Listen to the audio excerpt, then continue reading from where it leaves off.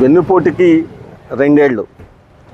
ఇది గౌరవనీయులు వైఎస్ జగన్మోహన్ రెడ్డి గారు, వైఎస్ఆర్సీపీ రాష్ట్ర అధ్యక్షులు వారు ఇచ్చిన పిలుపు మేరకు రాష్ట్ర వ్యాప్తంగా 175 నియోజకవర్గాల్లో జరుగుతున్నటువంటి ఒక నిరసన కార్యక్రమం.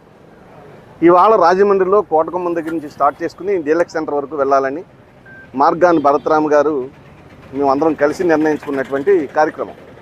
ఈ కార్యక్రమంలో కోటకొమ్మం దగ్గరికి రాగానే వచ్చినటువంటి పోలీస్ వాళ్ళు దరిదాపు 100 మంది 150 మంది పోలీసు వారే ఉన్నారు అక్కడ. దాంట్లో డిఎస్పీ, 3 సిఐలు, వీళ్ళు కలిసి 2 డిఎస్పీలు.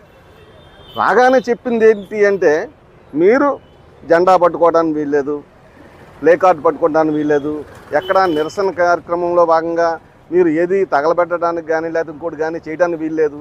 ఇలాంటి అంశాలతో కూడినటువంటి ఆ స్లోగను స్టార్ట్ చేసి జెండా పట్టుకుంటే జెండాలు తీసుకుని వెళ్ళిపోయారు. ఆటోలు వస్తే ఆటోలను పట్టుకుని మీకు కేసులు రాసేస్తూ ఉన్నారు.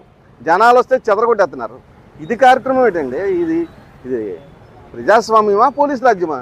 మాకేం అర్థం కావట్లా. సార్ ఎమ్మెల్యే గారు, మీరు ఎంత ఇన్ఫ్లుయెన్స్ చేసి పోలీసు వాళ్ళు మా మీద గురిగొలిపితే మేము అంతగా రెచ్చిపోతాం. ఇది రాజమండ్రి నైజం. ఇది మొన్న మీరు ఆపారు, అది కౌంటర్ ఒక యాక్టివిటీని ఒక 10 మందిని అక్కడ పెట్టి వాళ్ళు వచ్చి అలర్ చేస్తారండి, లా అండ్ ఆర్డర్ ప్రాబ్లం అండి అని చెప్పేసి ఆపేశారు. కౌంటర్ ఇక్కడ భరత్ గారిని హౌస్ అరెస్ట్ చేశారు. ఓకే, కాదంట్లా. కానీ దానికి 4 రెట్లు జనం ఇవాళ గ్యాదర్ అయ్యి ఇవాళ 1 టౌన్ పోలీస్ స్టేషన్ వరకు వచ్చి మరి నిరసన కార్యక్రమంలో పాల్గొనడం జరిగింది. ఈ కార్యక్రమాలని ఇలాగే మీరు అడ్డుకున్నంత వరకు ఇది మీకు మైనస్సే.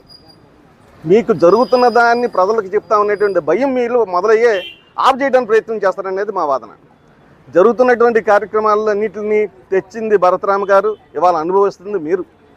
అది పర్సంటేజెస్ అవ్వచ్చు, లేకపోతే ఇంకోటి అవ్వచ్చు, ఏదైనా కావచ్చు. ఇది జనాలు అనుకునేటువంటి మాటలు. ఇది మీరు కూడా మార్పు తెచ్చుకోండి. ఇలాంటి కార్యక్రమాలు జరుగుతున్నప్పుడు పోలీసు వాళ్ళని మీద పడి రక్కేసేటువంటి పరిస్థితి. భరత్ గారు ఒంటి నిండా గోళ్ళ గీతాలే, గోల్డ్ పెట్టి రక్కేశారు. ఎవరో మన Rajini SC, Katam Rajinikanth SC letter, అతన్ని మరి వెళ్తుంటే అతను పట్టుకుని కాళ్ళు పైన తొక్కేశారు బూడుకాళ్ళతో. మరి అతనికేమో బొట్టన వేలు ఫ్రాక్చర్ అయింది, ఇవాళ హాస్పిటల్లో వైద్యం చేస్తున్నాం. అది వేరే విషయం ఇవన్నీ. కానీ మీ విధానం మార్చుకోకపోతే ఇంతకు 4 రెట్లు మీరు నష్టపోతారనేది మాత్రం స్పష్టమైనటువంటి.